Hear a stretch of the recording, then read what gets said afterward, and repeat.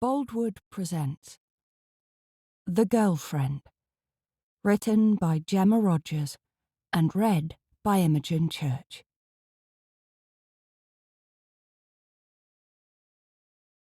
Chapter 1. When the email arrived that changed everything, I'd been sitting at my desk for an hour, gazing out of the window at the bus stop opposite the studio, watching drizzle dampen the commuters huddled beneath. It was a dreary Monday in early March, and I needed to finish a commission for a house portrait I'd been working on. The project was an uninspiring two-bedroom mid-terrace, and the photo I'd been sent barely had any colour in it, just muted browns and beiges. I wanted to paint a cherry blossom tree in their front garden, or brighten the bricks from their dull shade, but that wasn't what the customer had ordered. They'd purchased an A4 replica portrait in watercolour. I couldn't complain. My business, Edgewater, was flourishing, with new orders arriving every day since a popular influencer had raved about one of my portraits on her Instagram story. She'd sent in a photo of her house, or rather a mansion with pillars by the front door. I hadn't known who she was.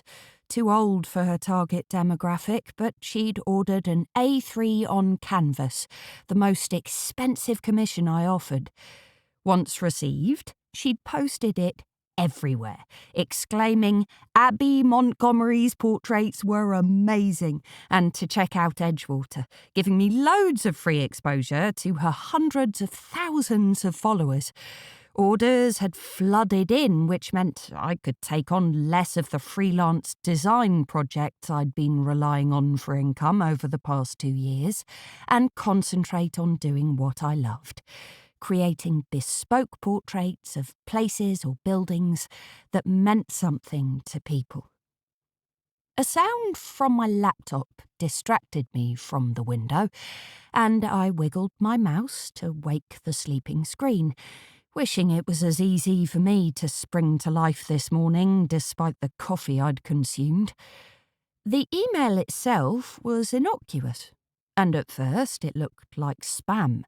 The address, gogetter@gmail.com, didn't raise alarm bells, and there was nothing in the subject to indicate what it contained. I assumed it was another potential customer asking for a quote for a wedding venue portrait, as those two had been common in recent weeks. However, when I opened it, scanning the text which jumped out shouting in uppercase, the small studio I rented seemed to shift and adjust around me. My fingers splayed out across the keyboard, taking on a tremor as blood swam faster in my veins.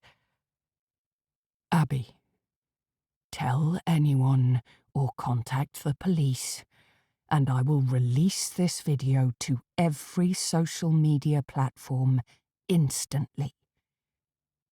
I'll be in touch, and don't forget, I'm always watching.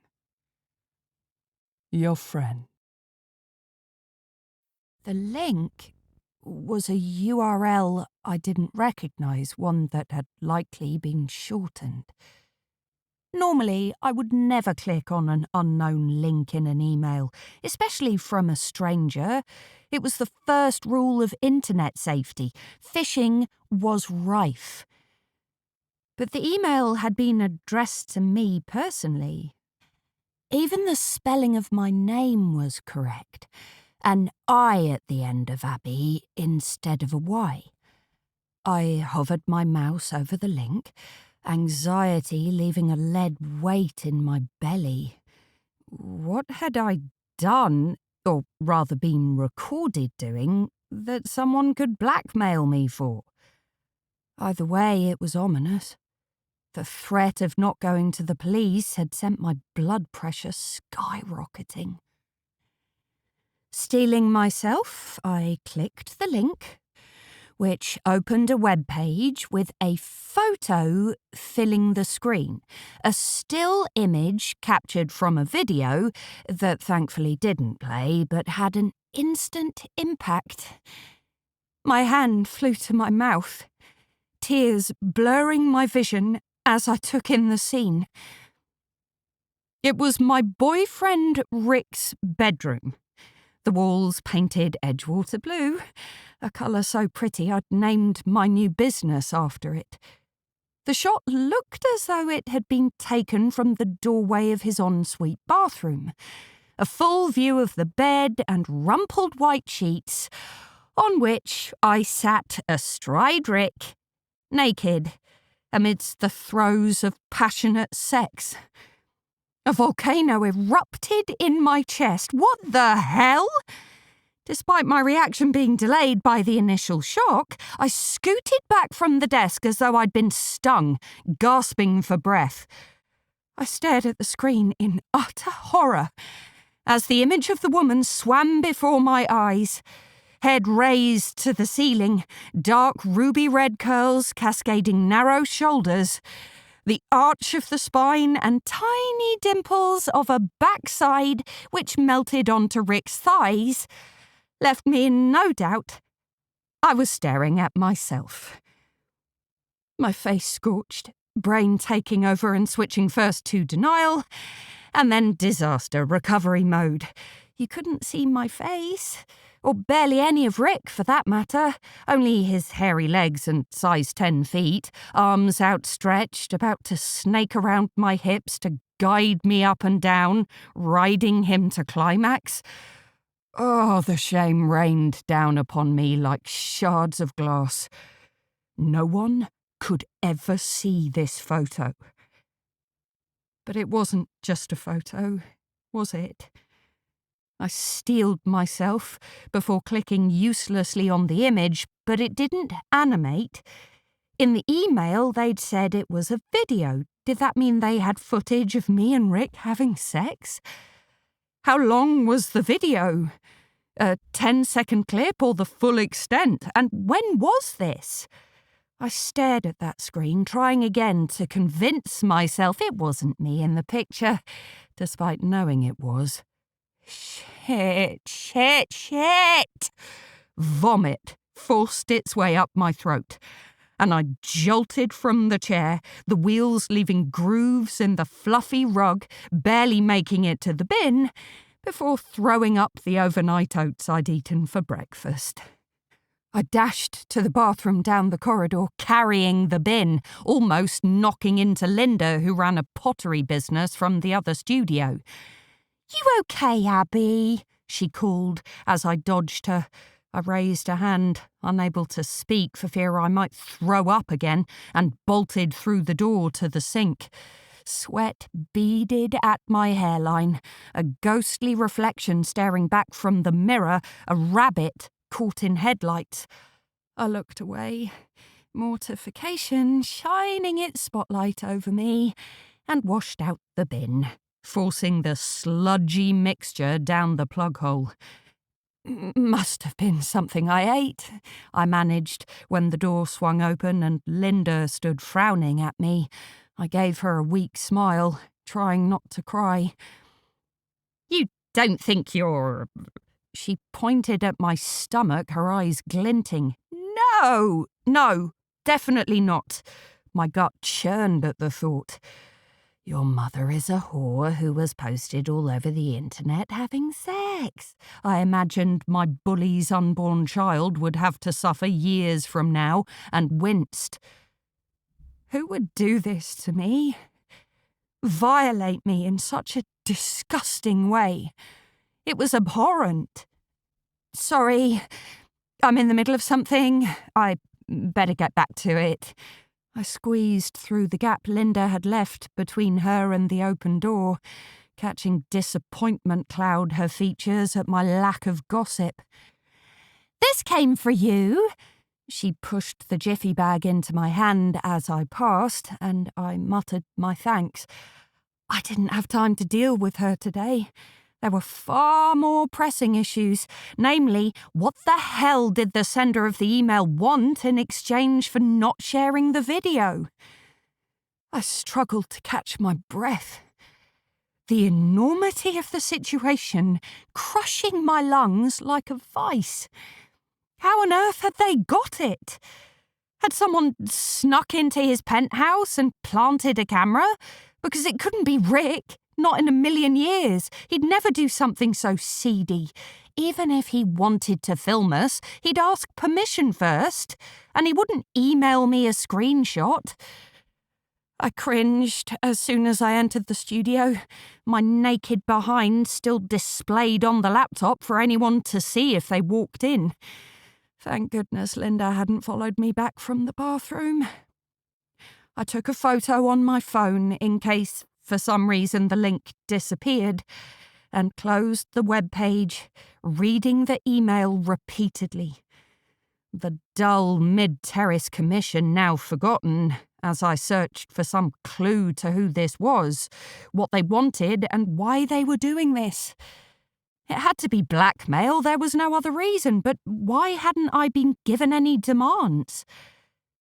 If the video, or even the picture, ended up on the internet, it had the potential to ruin me. It would destroy the business I'd recently established, my good name would be in tatters, and I wouldn't be able to leave the house, let alone face my parents. Oh my God. My parents! Panic consumed me, and I forced myself to breathe deeply, in through my nose and out through my mouth, before rummaging in my bag for my phone. Rick had to know.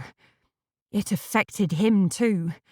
It might only be his legs and feet on display, not massively easy to identify, but I was sure he didn't want to become an overnight sensation either. The photo could ruin both of our lives. Rick worked as an account director for a wine subscription merchant, receiving impressive bonuses, and, to be fair, he did well for himself. He was 10 years older than me and earned enough to afford a penthouse apartment near Crawley train station. My own lodgings were shabby by comparison. A one-bedroom flat in a small block. It was the top floor, but by no means penthouse standard, which was why I spent more time at Rick's than I did at home. I'd only had it for a year, moving in 2 months before I met Rick at a bar in town. It had taken me ages to save the deposit and 3 months' rent despite my parents' help. I guessed, at 24, the age I'd finally moved out, they were happy to get their life back as my younger brother Ben was already living abroad as a holiday rep in Turkey. My fingers hovered over Rick's number. He'd left early this morning, driving to Farnborough to meet a potential client, and would likely be right in the middle of his meeting now. I'd barely managed to mumble a goodbye, so exhausted I'd passed out on the sofa the night before, and Rick had carried me to bed. I dialed, listening to it ring before voicemail kicked in, and I hung up. Glancing back at the laptop, the harsh capital letters seemed to jump out at me from the screen where I'd left the email open. I'm always watching. Your friend. Whoever they were no friend of mine. Were they watching now? Was there a camera planted somewhere in the studio? I got up, looking through my paints, brushes, the paperwork on my desk, rifling through shelves lined with art books, but had no idea what I was looking for. I spent 5 minutes examining a tiny round metal item on the floor until I worked out it wasn't a bugging device but a screw cover which had fallen off the desk. I sighed, a knot woven so tightly in my chest it wouldn't give. There was nothing to do but wait for further instructions because they wanted something in exchange for keeping my sex tape off the internet. What if there were more? What if this was just the beginning? Never mind the multitude of other crimes the perpetrator was committing, breaking and entering, filming someone without their consent at the top of the list, potentially with extortion and blackmail to follow. None of those things mattered right now, because they had me over a barrel. There was nothing I wouldn't do in exchange for that recording. Chapter 2. Feeling better, love? Linda poked her head around the door of the studio later, making me jump, coming in to hand me a steaming peppermint tea. She was an attractive, curvy woman with a perfectly round face and consistently red apple cheeks no matter the temperature. Always wearing tent-like flowing outfits covered in splatters of clay, I aged her in her early 40s, although I'd never asked. Yes, I lied. Thanks for the tea. I took it from her and went back to wrapping the completed terraced house watercolour. I'm finally finished. Was it a fun one? Linda asked, hovering to take a look. Not really. I held up the uninspiring photo I'd been sent of the house and she grimaced, deflating like a punctured balloon. Oh, exactly, I sighed. But I've got a gorgeous one coming up next month, a wedding portrait. The church, that is, not the bride and groom, and it'll be much prettier. I brushed my wayward fringe out of my eyes and tried to smile, hiding how terrified I was on the inside. Despite the email, I'd managed to finish the portrait today. A couple of hours ago, it hadn't seemed possible, and I'd considered running away. But the thought of going back to Rick's apartment, where there might be cameras, had kept me firmly in my chair. Thankfully, there hadn't been a lot to do on the commission, just finishing touches, as my hands had taken on a tremor since the email had come in. Sorry about earlier. She pointed at my flat stomach hidden beneath baggy denim dungarees. I shouldn't have said anything. Linda's chin bloomed the same colour as her cheeks. Oh, no worries. It had been a personal question, but I hadn't given it a second thought, not with what was going on. Linda could be abrupt at times, but I'd come to understand it was part of her personality. She stared at me, a wistful look in her kohl-rimmed eyes, and for a second, I imagined she was the blackmailer. I just thought, what beautiful babies you'd make. You and that handsome fella of yours. Linda giggled, and I let the air escape my lungs. It's early days for that. We've not been together a year yet. Rick hasn't even asked me to move in, I replied, the words cloying as they left my lips. I'd said too much, exposing my true feelings while trying to pretend everything was normal. But I was at Rick's practically every night, so maybe he didn't feel as though he needed to make it official. He was almost perfect, kind, thoughtful and funny, but I got the impression he wasn't ready to commit, despite him only being a few years away from the big 4-0. Perhaps that was my own insecurity talking, because I perceived him to be out of my league. It didn't help the fact he was tall, with broad shoulders and a peppering of dark chest hair, a washboard stomach and rugby player thighs. He had a handsome face too, with a strong, dependable jaw and sharp cheekbones paired with a mischievous grin and steely eyes. When he'd hit on me at the bar, all suited and booted, I'd thought I was dreaming. I'm sure it won't be long, Linda said, jolting me out of my memory. Anyway, I'm off out to grab a sandwich. Want me to pick you up anything? I glanced at the time. It was almost 2 o'clock. I'd been at it for hours without a break, and the fresh air plus some company might calm my nerves. But before I could suggest I tag along, Rick's voice came from the door. Well, I was looking for one beautiful lady, but it seems my luck is in and I've found two. We turned our heads in sync to find him leaning against the frame, his charcoal suit bunching at the shoulders, mouth upturned into a playful smile with the glint in his eye that always made me melt. Charmer, Linda said in mock accusation. I'll let you two catch up. Rick stepped back, allowing Linda to leave before crossing the studio and wrapping his arms around my waist. I've missed you. He planted a kiss on my lips, a mix of chewing gum and a woody aftershave which radiated from his jaw. I've missed you too, I replied as he bent low, nuzzling his chin against the buckle of my dungarees and walking me backwards until I was against my desk. When I woke this morning, Rick was on his way out of the door, a lukewarm cup of tea waiting for me on the bedside table. It was the little things that grew to be big things, and I'd fallen for him hard.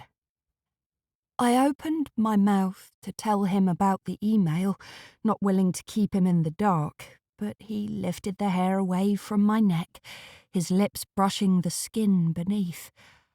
I shut my eyes, wanting to forget everything for one moment and drink in his affection, until he released one of the straps of my dungarees, and his desire pressed against my groin. Not here, Rick. I tried to move, but his weight prevented it, still kissing my neck, one hand wrapped in my hair, weakening my resolve. Someone might see, I whispered, torn between wanting to stop in case Linda came back and undressing myself to forget it all. That's okay. We can put on a show. He unclasped his belt buckle, and my back stiffened, as though a bucket of cold water had been thrown over me, Rick's words jerking me back to that image of the show we'd unwittingly put on already. Did he know? Or was I overthinking it? Not now. I pushed him away, and he staggered backwards, wounded at my forcefulness and harsh tone. Okay. He drew his hand through his hair, a short back and sides with a mop of dark waves on top that were curling at the ends. I'm sorry, I sighed. I'm not feeling great today. Well, I stopped by to see if you'd had lunch, but I can run and grab you something from the chemist if you need it before I head back to work. He was so damn nice, and guilt gnawed at my side. Just under the weather, that's all. How did your meeting go? You got back fast? I was only with them an hour, but it went great. Signed them up for a 6-month trial, left them a complimentary bottle that was opened before I'd even left. They're probably drunk by now, he chuckled. Have you eaten? I shook my head. Even the thought of food made my stomach roll now I'd been plunged back into reality. I'll go and grab us something. No, don't. I'm going to finish up here soon and head home. Rick's eyes dimmed, like a puppy whose favourite toy had been taken away. I think I need an early night. My stomach isn't great. I clutched it like a GCSE drama student. I wouldn't have made a very good actress. Oh, okay. We can watch that new Netflix thing tomorrow, maybe. Sure, I agreed, faking a smile that made my jaw ache. Maybe you can see if your brother is around tonight. Hang out with him. Rick shrugged, stepping forward to kiss me on the cheek. Are you sure you're okay? I'm fine, I promised, my insides shrinking. Actually, I need to talk to you about something. Rick raised an eyebrow, but then his phone rang, penetrating the silence. He frowned at the caller display. I'm sorry, I've got to take this. It's fine. Go. Ring me later. My words rushed out as though I'd had a reprieve, gut churning at the thought of showing Rick the email. Would he be mad? Or had he been targeted too? Maybe he had an email waiting for him because it had to be money they were after, and Rick earned way more than I did in commission alone. Plus he had savings, whereas I was still living month to month. He nodded, giving my hand a squeeze, and answered the call going out the door. My heart sank a little, but the thought of going back to his place filled me with dread. I was being cowardly. There might be a camera hidden I could find and dispose of. I should have told him about the email that someone had filmed us. There'd never been any secrets between us. Yet this one felt too big to share if he hadn't been threatened too. I'd deal with it by myself, not prepared to risk my relationship with Rick for anything. I hoped he'd call his brother Nathan over. They could go out for a beer, and often he crashed at Rick's. Maybe he'd put the camera there. I was clutching at straws, my mind running away with itself because really I had no clue who was behind it. With Rick gone, I stayed for another hour, tidying up and planning a few of the smaller projects to get done tomorrow, ensuring I had the right colours in stock. Half an hour was spent going through emails, accepting new orders and responding to inquiries. The message from gogetter@gmail.com remained in my inbox, but I didn't dare reply. Googling it brought up no results, and every time I saw it, I shuddered. It got infinitely worse when I remembered the package Linda had handed me earlier that I'd chucked in my bag. Retrieving it, I saw there was no branding or indication who it was from, and I knew I wasn't expecting a delivery of art supplies. Praying it was nothing untoward, I tore open the jiffy bag and found it contained a USB stick and a slip of paper with a typed message on it. I don't think you want Miranda and Bill seeing this, do you? Your friend.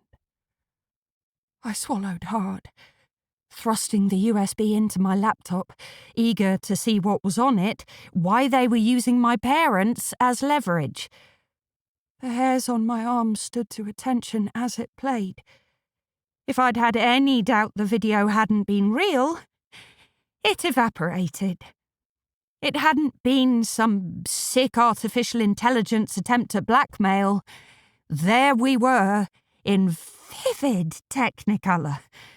My eyes turned to fish bowls as Rick and I filled the screen, him holding my wrists flat to the mattress while I writhed beneath. This time, I remembered it. The feel of him, the kissing that had started on the sofa before moving to the bedroom. Rick's suggesting we embark on some gentle restraining to spice things up.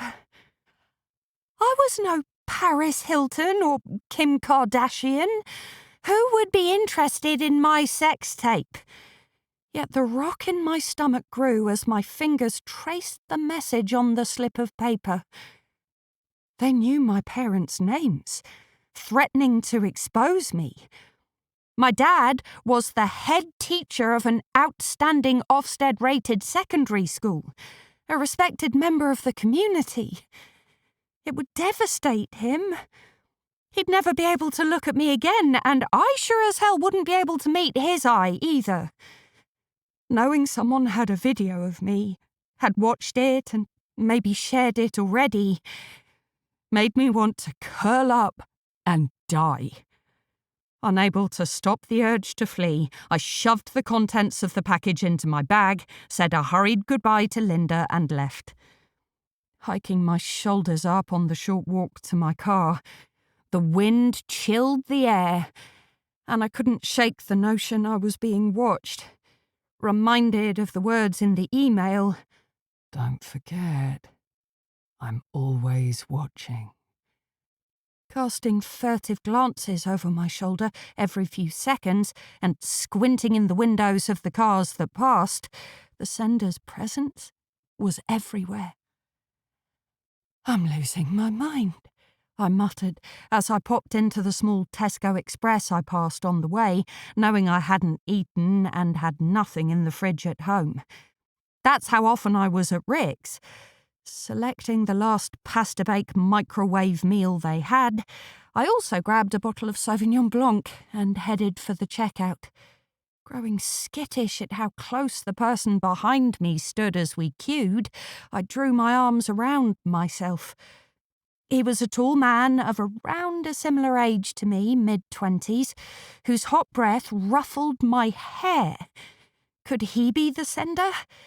Goosebumps sprang up on my neck and I fought the urge to ditch my basket and run. Once I'd paid, I gulped in air outside the entrance and hurried to my car parked around the corner, the tall man nowhere to be seen. There were never any spaces outside the studio, no matter what time I arrived. Next door to us was a 24-hour gym I'd become a member of.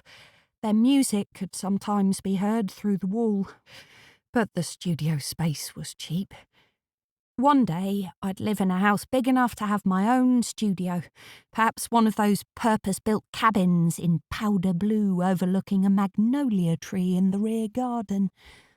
With the way business had been going, it could be a possibility, and I held on to that thought as I climbed in my car and drove through town to the Cheapside, where my gloomy flat awaited. The lift was out again, not that I ever used it, the smell of urine was too nauseating, and I climbed the stairs to the top floor. The carpet in the hallway had dust motes gathered along the edges, and from the aroma, it appeared my neighbour Alfie was cooking a curry. I rummaged in my bag for my key and prepared to shoulder barge the door that always stuck. When it finally opened, a pile of post lay on the mat, and I bent to collect it. A small, slim box had been pushed through the letterbox amongst the junk mail and bills, presumably the vitamins I'd ordered.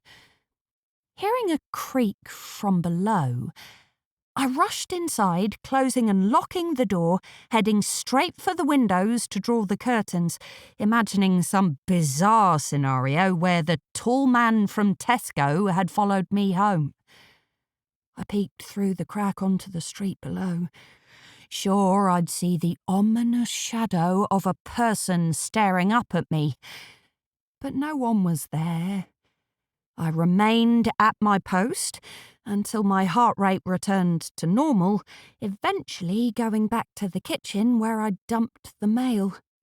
I switched on the kettle and leafed through it until I got to the box. Tearing it open, wrapped in cellophane, I found a large heart-shaped biscuit decorated with red royal icing. I grinned. Rick was such a romantic and often surprised me with little gifts. Then my eyes settled on the text. What I'd initially thought was "Be mine" piped in flowing icing, on second glance I saw I'd got the message wrong. "You're mine." But was it a love note? Or a warning? Chapter 3. Had I not received the email from gogetter@gmail.com, I would have assumed the biscuit was from Rick, but the wording was weird. Rick wasn't possessive, not at all. He never got jealous, even when he'd arrived late on our third date and another guy was trying to buy me a drink. Trust was everything to him, and he knew I'd never stray. I grabbed my phone and sent him a quick text. "Did you send me a gift?" I watched the screen, waiting for a reply, but none came immediately. Maybe I was being paranoid. I wasn't usually so suspicious, but how could I not be now? Not me, sweetheart. Do I have competition? Rick's text sent shivers down my spine. If he didn't send the biscuit, who did? And how did they know not only where I worked, but also where I lived? Was I being watched? I wandered around my tiny flat looking for a camera, paranoia kicking in, but found nothing.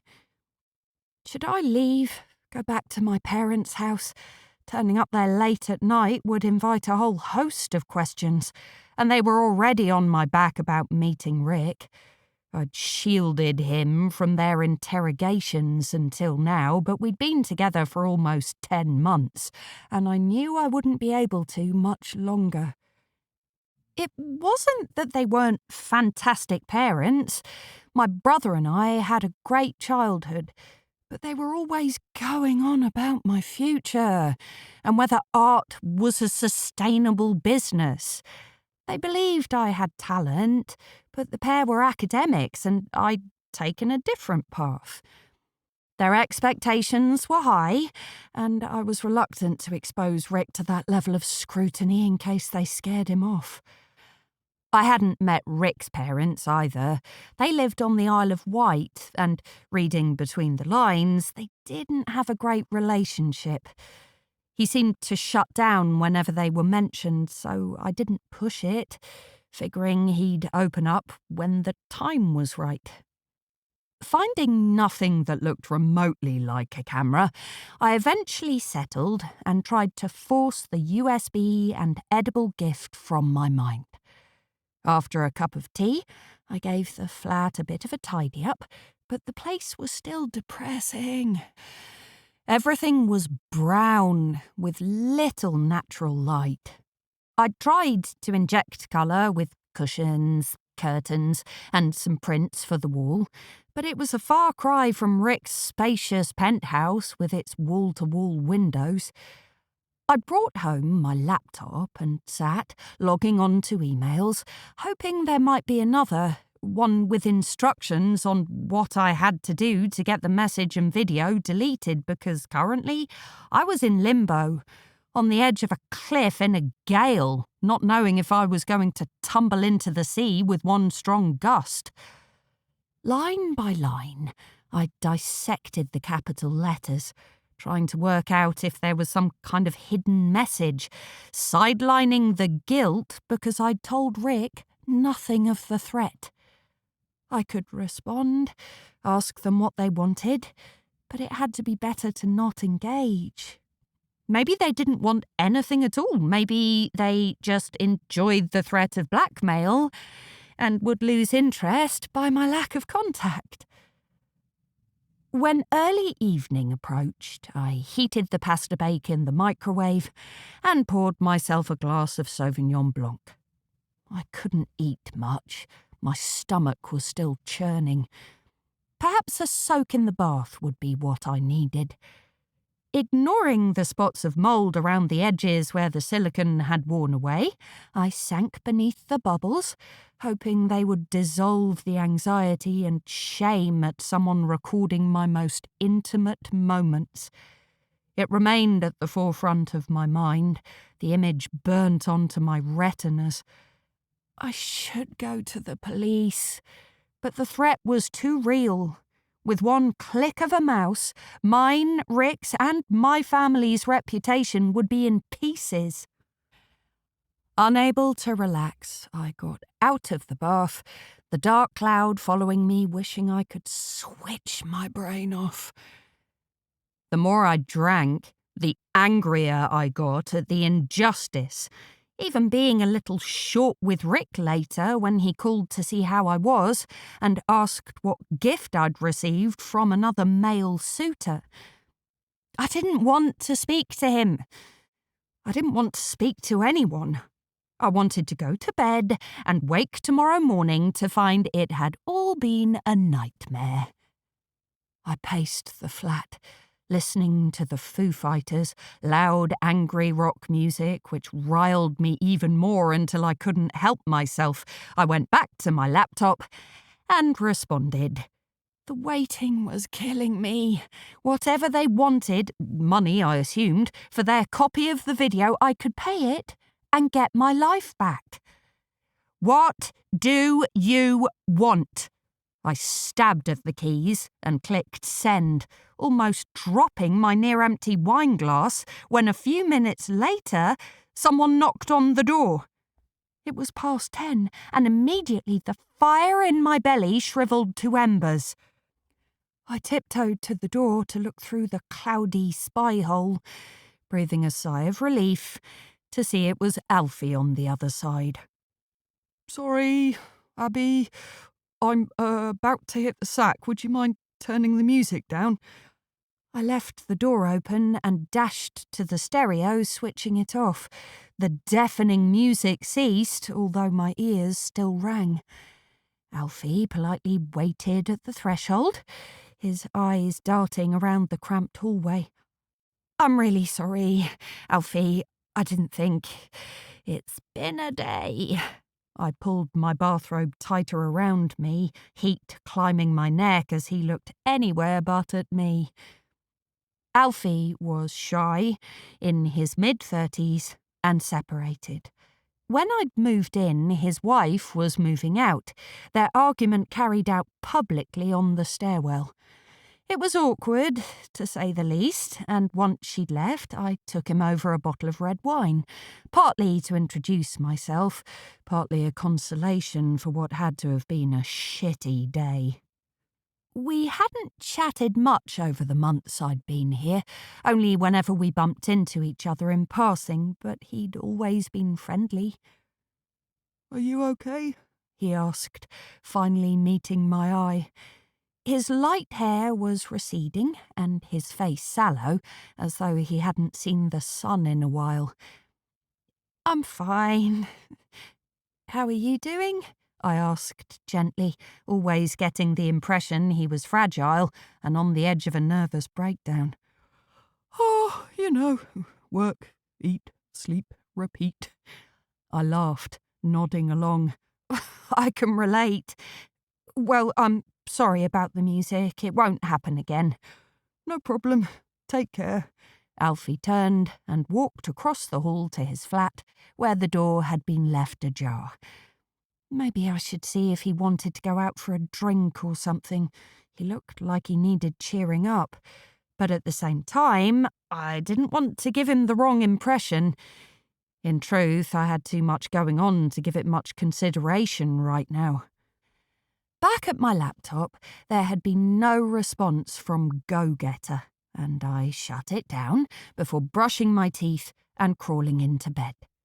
The sheets were coarse, cheap compared to the Egyptian cotton Rick bought for his bed, and they itched my skin. Tomorrow would be a better day. I knew I could get 3 or 4 of the smaller projects done and out of the way, mini portraits about the size of a coaster, and my first bauble of the year, extremely organised of one customer considering it was only March, yet I was strangely looking forward to painting sprigs of holly to make it extra Christmassy. Rick messaged as I plumped my pillow, a photo of him in bed, grimacing at the camera with the caption, Nathan's finally buggered off. Time for bed. But it's cold in here without you. It made me smile, knowing I was missed. Rick couldn't be a part of the scheme to blackmail me. He was like an open book. He kept nothing hidden. In fact, he couldn't even keep what he'd bought me for Christmas a secret. Folding 3 days before like he would combust if he didn't tell me. I'd opened the diamond earrings that night, and we'd had an early Christmas, surrounded by wrapping paper, drinking mulled wine, and watching festive movies. It had been bliss. I considered calling my best friend, Jade, but she would likely be in bed already as she worked shifts as a paramedic. I pulled up the duvet, a chill on my back. I'd deliberately kept the heating off, telling myself it was spring. But it seemed the weather hadn't got the memo. I missed Rick's warm body pressed against mine, the cup of tea that would have been waiting for me in the morning. Since being together and staying over there more, I'd grown to hate my flat, with its smelly drains and windows that whistled when it was windy. I tossed and turned, waiting for sleep that wouldn't come, eventually reaching for my phone to read a few pages of my book on the Kindle app. When the screen unlocked, I saw an email had just arrived on the work account. Usually I was strict at ensuring a good home-work-life balance, but what if it was from Go-Getter? Dread weaved its way through my body, rising from my toes, and I bit my lip. I'd never get to sleep if I didn't check. Like tearing a plaster off, it had to be done. I clicked into the app, inhaling sharply, as I saw the new email was from Go-Getter. Maybe it would be what I was waiting for, some instructions on how I could put this nightmare to bed, because I couldn't let that video of me get out. The fact the whole thing was being drawn out added to the torture. Opening the email, I let out a whimper. On my screen was another link with the words beneath, "Bear in mind, I'm always watching. Sweet dreams, Abbi." This time, I didn't think twice, clicking on the link straight away. Was it going to be the video in full? The same as on the USB stick, mine and Rick's unauthorized sex tape? But it wasn't. It was another screenshot, but 100 times worse than the one I'd received this morning. I was beside Rick's bed, naked, pulling on one of his t-shirts as I walked towards the camera. It was a full frontal shot with nothing covering my modesty, and I sobbed into my pillow. You couldn't see my face, the t-shirt obscuring it as I pulled it on, but there was enough of me on display, right down to the tiny panda tattoo on my hip. Bear in mind. They thought they were being funny, but I was sickened by the joke at my expense. I looked at the email again, swiping away the image, humiliation washing over me. The thought of anyone seeing it made my toes curl. I was shy, almost conservative with what I wore, rarely showing much skin. Rick had spent the past 10 months trying to get me to unleash my inner demon, as he called it, to spice up our sex life.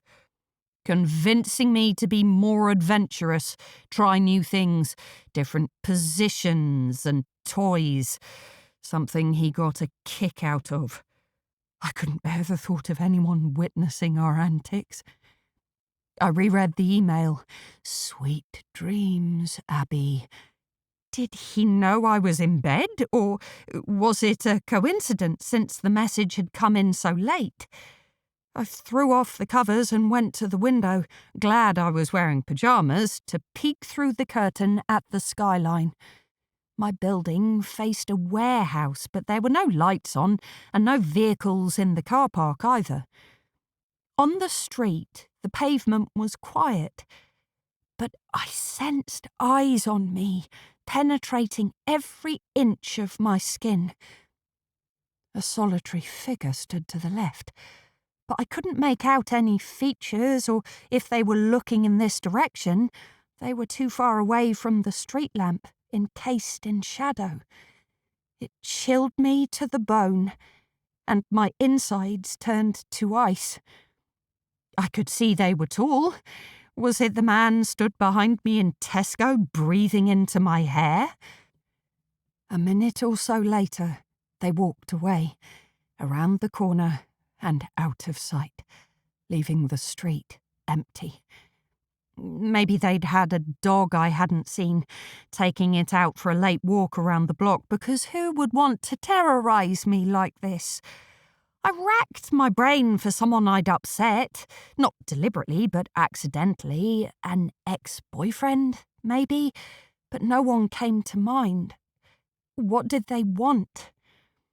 I felt the urge to ring Ben. My little brother would know what to do, or at least he'd make me feel better about it. But Turkey was 2 hours ahead, and he'd be fast asleep by now. I dismissed the thought, sinking onto the sofa. It was like I'd been plucked from random, a subject to be mentally and emotionally tortured, because that's what it was. The boulder in my stomach had expanded since this morning, the constant nausea, my body running wild with cortisol. I was exhausted, but wired. There would be no sleep tonight. I wouldn't sleep again until I found out what I had to do. But it seemed whoever it was, they were prolonging my angst for their own perverse pleasure. Were they watching me, revelling in my suffering? And how far were they willing to go to get their pound of flesh? Chapter 4. When I woke, after briefly drifting off at around 2 in the morning, the sun was only just rising. My head was foggy from exhaustion, ears full of cotton wool, like an out-of-body experience. Surrounded by detritus, my whirlwind search of the flat in the early hours, pulling apart every inch, sending dust motes soaring into the air, found nothing. No cameras, no bugs, only a lost earring, an old train ticket from a night out with Jade in London, and a bra down the side of the sofa I'd not seen in months. I couldn't face it. The new day or the mess. And I couldn't face the drive to work either, let alone sitting in the studio to paint or Linda's mindless chatter. All I wanted was to pull the duvet over my head and wallow in self-pity, to hide where no one could find me, where no one would be watching. It seemed fate had other plans, however, or rather Rick did, when he turned up at my door a couple of hours later while I snoozed. "I bought coffee," he said, his smile fading when he saw the state of me and the tornado of the flat over my shoulder. "Are you okay?" I feel awful, I said, and this time it wasn't a lie. My stomach won't stop churning. "Oh no, must be some sort of bug." He stepped over the threshold, deep rivets between his eyes, trying to find space to tread on the carpet. "What happened in here?" I lost something? My sanity. His frown deepened as he turned in a full circle, unable to comprehend the state of the place. His place was always so clean, yet still he wasn't judgmental. "I'd help you clear it up, but I've got a meeting in Slough." That's okay. I probably won't go into the studio today, so I can tackle it later. Rick set down our coffees on the worktop, eyeing the heart-shaped "You're Mine" biscuit still in its wrapper by the kettle. "So I do have competition then?" His mouth fell into an easy grin, but his eyebrows remained rigidly high. It arrived yesterday through the letterbox. I thought it was you. I have no idea who it's from. I tried to drag my fingers through my curls, but they were matted, desperate for a condition. But even that seemed like it would be too much effort. "Are you sure about that? No secret admirers I don't know about?"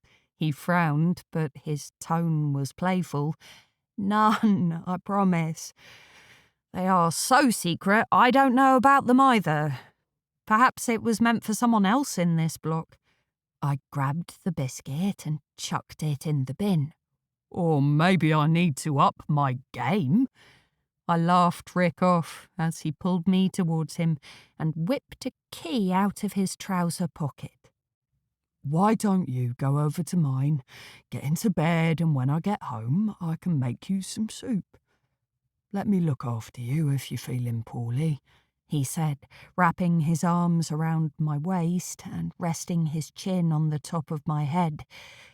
He smelt amazing, as always, and I was less than fresh, but I held on to him anyway, absorbing his warmth despite looking a state in faded pyjamas and hair like a bird's nest. I usually made more of an effort when I was at his. I would have thought him seeing the real me might make him sprint for the hills, but instead, I'd got a key to the penthouse. I've got to run, but maybe don't drink the coffee if your stomach is bad. I'll see you later, though, yeah? I nodded, and he bent to give me a kiss on the cheek. I had to come clean and tell him everything, but I didn't want to make him late. Loving those pyjamas. Very Bridget Jones, he quipped, giving my behind a playful smack before he made his way to the door.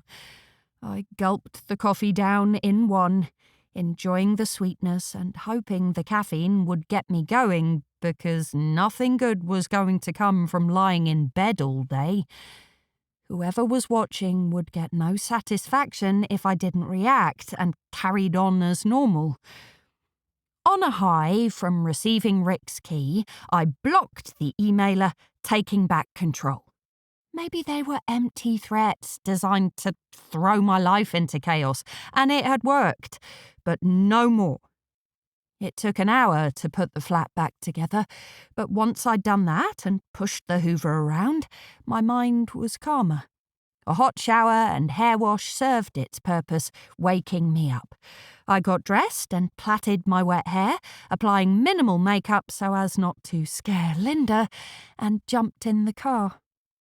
I did my best to push my potential blackmailer from my mind, intending to head to the studio, complete at least 2 of the smaller commissions, and go to Rick's now I had a key.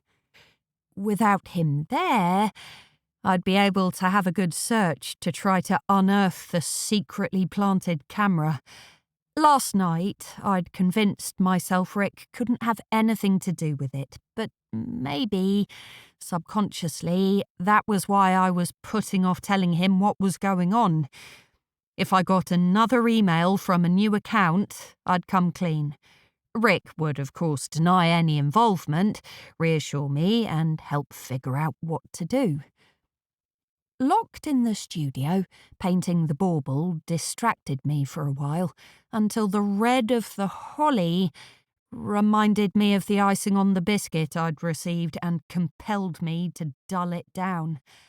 Linda had a class in session, and I could hear her voice booming.